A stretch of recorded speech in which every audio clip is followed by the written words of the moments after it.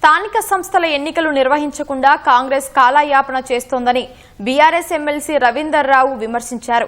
స్థానిక సంస్థలకు ప్రజాప్రతినిధులు, గ్రామాలకు సర్పంచులు లేకుండా ఎమ్మెల్యేల రాజ్యం నడుపుతోందని ఆరోపించారు.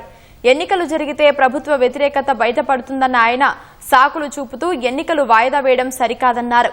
కాంగ్రెస్ లో లుకలుకలు ఎమ్మెల్యే రాజగోపాల్ రెడ్డి ద్వారా బయటపడుతూనే ఉన్నారని రవీందర్ రావు పేర్కొన్నారు.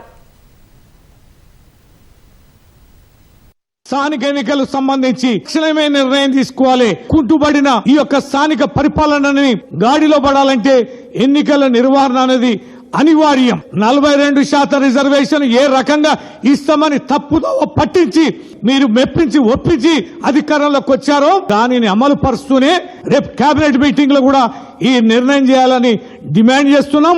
ప్రభుత్వం కనుక ఏమరపాటుగా ఉండి అమలు పరచకపోతే బీఆర్ఎస్ పార్టీ నిలదీస్తామని చెప్పని మనవి చేస్తూ తక్షణమే స్థానిక ఎన్నికలు నిర్వహించాల్సిందిగా డిమాండ్ చేస్తున్నాం.